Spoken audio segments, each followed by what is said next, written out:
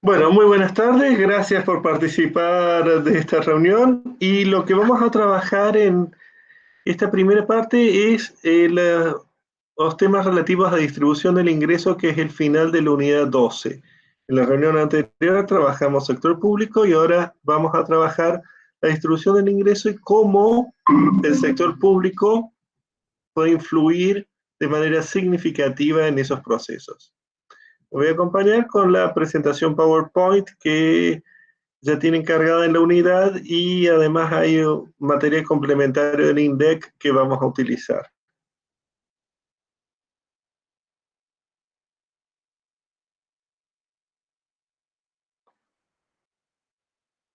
¿Podrían confirmarme si se ve correctamente la presentación PowerPoint? Sí, profe. Sí, bueno, muchísimas gracias. Bien, nosotros hemos estado trabajando los procesos de producción, de consumo, de circulación, pero quedaba de la distribución. Es decir, el total de bienes producidos y circulados en un periodo normalmente de un año en un sistema económico, ¿cómo se va a distribuir entre los distintos agentes, entre los distintos actores económicos? Hay distintas maneras de enfocar la distribución del ingreso. Podemos trabajarla desde una distribución funcional, entonces cuánto va al capital de la torta que es el ingreso nacional, cuánto se lo lleva el capital, cuánto se lleva los salarios de los obreros, cuánto se lleva la tierra, es por el método del ingreso desagregar en función del peso específico y de peso relativo de cada uno de sus componentes. En Argentina, durante el primer gobierno de Perón, se había planteado un objetivo de Perón de lograr una distribución que fuera mitad para el capital, mitad para el sector trabajo. Se logró, es más, llegó a ser el 52% del sector trabajo, pero luego cuando comienza la crisis económica del 52 empieza a caer y viene en constante caída desde ese momento, con un pequeño repunte a principios de los 70. De una manera muy interesante, el país en el cual el trabajo se lleva la mayor parte de la torta, que es el PBI, es Estados Unidos. Más del 70% del PBI, del ingreso nacional, va al sector trabajo. Y esto tiene una explicación. Si bien Estados Unidos es un país en el cual se aplican tecnologías extremadamente capital intensivas, la mano de obra está muy altamente calificada. Esa calificación de la mano de obra hace que sea muy valiosa y entonces se lleva una parte muy grande del ingreso nacional. Estadísticas recientes que han salido a la luz indican que en los últimos 10 años en Estados Unidos se han creado 16 millones de puestos de trabajo, de los cuales solo 55.000 eran para personas que no hubieran terminado el secundario. Es decir, para las personas con título universitario, por supuesto, o con grado académico o título superior, el mercado es gigantesco y muy rentable y eso hace que se lleven una parte muy grande de la torta del Producto Nacional. En Argentina no llega al 35-40% de la parte del sector trabajo. En cuanto a distribución geográfica, estamos midiendo tomando las circunscripciones en las cuales están divididos los países, cuánto el PBI se lo lleva cada una de las provincias o distritos o regiones. Aquí hay algo interesante. Si miramos, por ejemplo, el PBI per cápita de Ciudad de Buenos Aires es superior al promedio de la Unión Europea, mientras que si miramos el PBI per cápita del Chaco, está por debajo del promedio del África negra al sur del Sahara. Es decir, hay una diferencia monstruosa, gigantesca, más de 21 veces, entre la calidad de vida que obtiene una persona en Ciudad de Buenos Aires y la calidad de vida que puede tener una persona en Chaco, pero en función de lo que genera cada uno de ellos, es completamente lo distinto a la generación de riqueza que tienen, pero también, y aquí viene el problema, por las distorsiones que genera el mismo Estado. Cuando veíamos los niveles de intervención diferentes que podía tener el Estado y sus funciones, hablamos de que en varios modelos se planteaba la idea de buscar una distribución más equitativa de la riqueza, del ingreso. El Estado en Argentina, en lugar de ser un elemento de redistribución geográfica del ingreso, termina siendo un elemento que favorece la concentración. Si uno mire lo que generan cada uno de los distritos del país y lo que aportan en tributos y lo que reciben de gasto público federal, nacional, se descubre que el distrito más beneficiado es Ciudad de Buenos Aires. Y el segundo, provincia de Buenos Aires, el conurbano. Córdoba está en todos los indicadores, lo que se llaman residuos pasivos, es sistemáticamente perjudicada, salvo algún año muy excepcional. Entonces, si uno mira el volumen de pensiones, de sueldos, de obras públicas, de subsidios que paga el Estado de Ciudad de Buenos Aires a un distrito tan rico como, les digo, mejor que el promedio europeo, no hay punto de comparación con la declamación política de que estamos tratando de hacer más equitativo el ingreso en el país. Y lo que más me interesa es la distribución personal. La distribución personal la vamos a trabajar a través de la curva de Lorenz.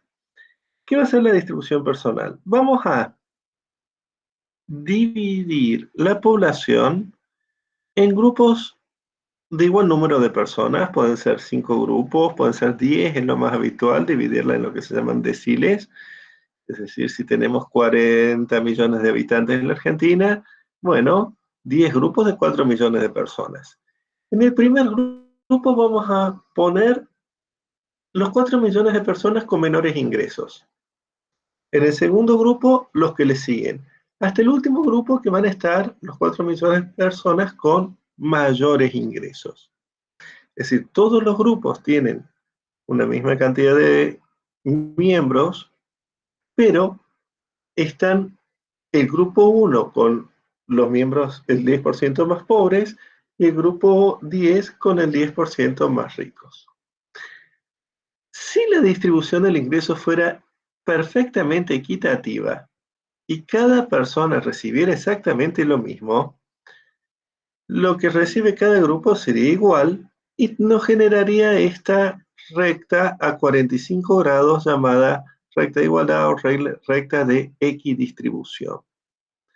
Sabemos bien que no es ni posible ni tampoco justo una distribución perfectamente equitativa. Eso supondría que eh, yo canto tan bien como Ricky Martin o que me pagaran lo mismo por cantar a mí, que soy terriblemente desentonado, que a un tenor de la ópera. Entonces, no sería justo que cobráramos lo mismo ni que obtuviéramos las mismas ganancias. Pero sí nos está marcando una especie de ideal en la medida que todos tengamos altas productividades, nos vamos a acercar a esa distribución equitativa. La realidad es diferente. Cuando miramos la distribución y vemos en el acumulado de población, en el acumulado de renta, cuánto le toca al primer grupo, cuánto le toca al segundo, al tercero, y miramos al tercero y vamos acumulando, vamos viendo que la realidad nos está generando esta curva de Lorenz que se va separando de la recta de equidistribución. Cuanto más alejada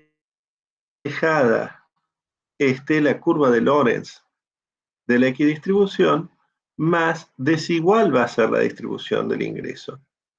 Ustedes pueden ver en Argentina cómo ha ido evolucionando cada vez hacia una posición de una situación de mayor desigualdad en el ingreso. Si tomamos los últimos 20 años va a ser mucho peor por efecto de la inflación.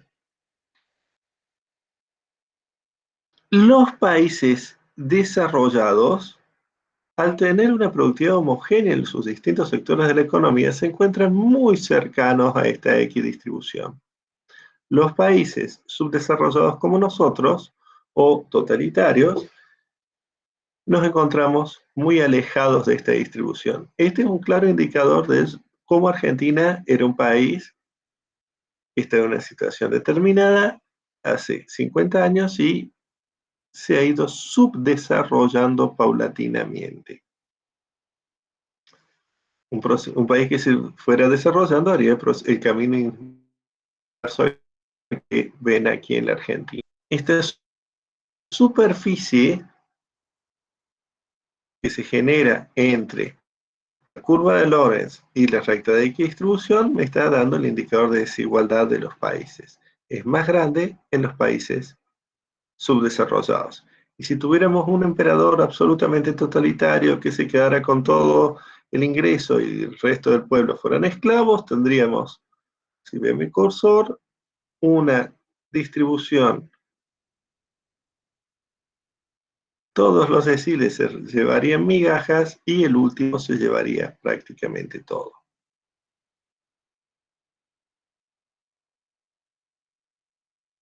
Como es difícil visualmente comparar las curvas, existe lo que se llama el coeficiente de Gini, en el cual lo que hacemos es comparar esta superficie A, que es la de desigualdad, con la superficie B, que es todo lo que es este triángulo que se forma en la recta de equidistribución y el eje, el vértice del eje de la población. Cuanto más grande sea este número, A sobre B, cuanto más grande sea este número A sobre B, más desigual va a ser el país. Porque la distribución va a ser, si miramos el área, la superficie cubierta por la desigualdad, va a ser mayor. Entonces, cuanto más alto sea A, peor va a ser la distribución. El nivel de distribución de la Argentina es espantoso, es peor que el de la India, por ejemplo. Si alguna vez le sintieron piedad por las personas a las cuales atendía la Madre Teresa de Calcuta, recuerden que gracias a la inflación, la distribución en la Argentina es peor que en la India. Es mucho más equitativo la India que la Argentina el día de hoy. Y tomando los datos de este año, a mitad de año, el de cierre del segundo trimestre, fíjense la diferencia de ingresos que hay entre el primer decil, que se lleva solo un 1,3%, es decir, un 10% de personas que solo llevan el 1%, y un 10% que se lleva el 33%, más del 33% del ingreso. En todo país hay entre un 10 y un 20%, lo que serían los deciles 9 y 10, que viven bien. La diferencia de ingresos de esos deciles con los de abajo y los del medio es muy, muy grande.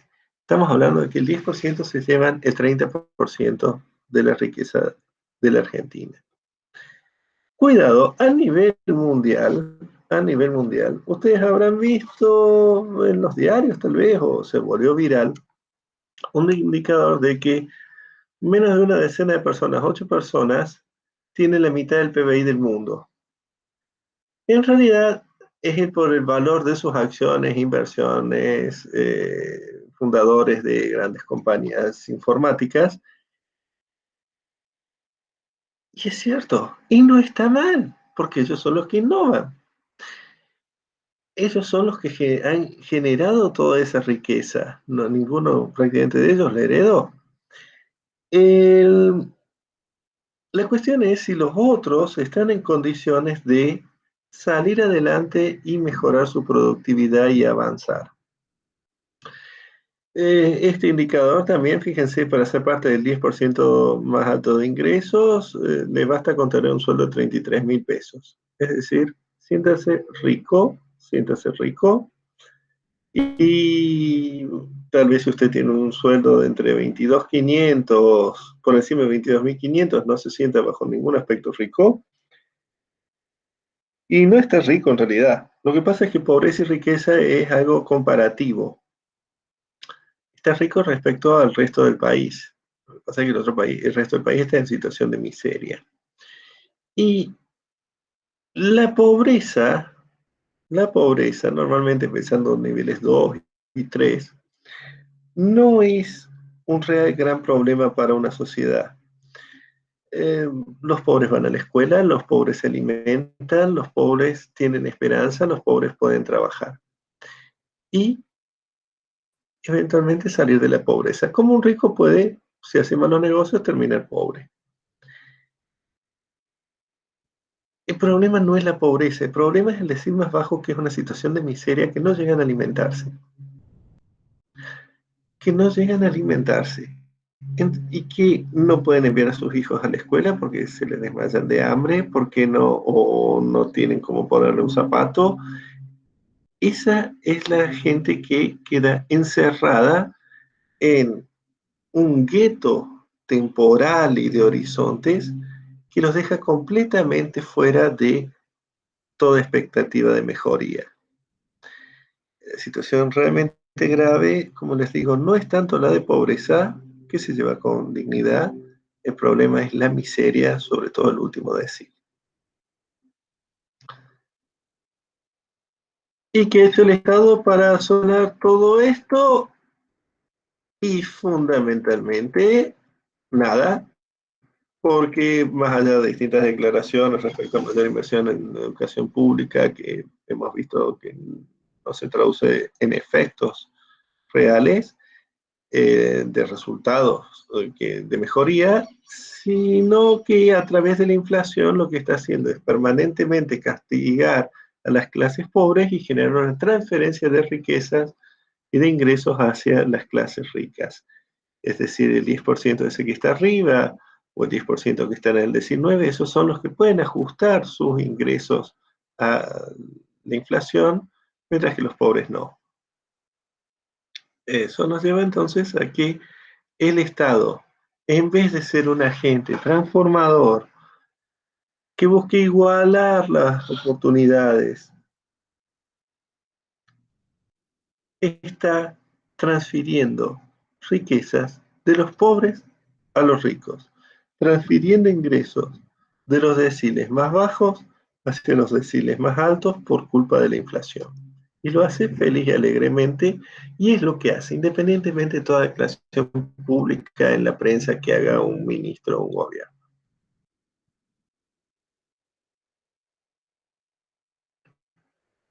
¿Dudas sobre este tema? No, profe. ¿No? Bueno, esto era el cierre de la unidad 12. Les va a quedar presentado en el aula virtual como video explicativo sobre distribución del ingreso. Con esto paro grabación un momento.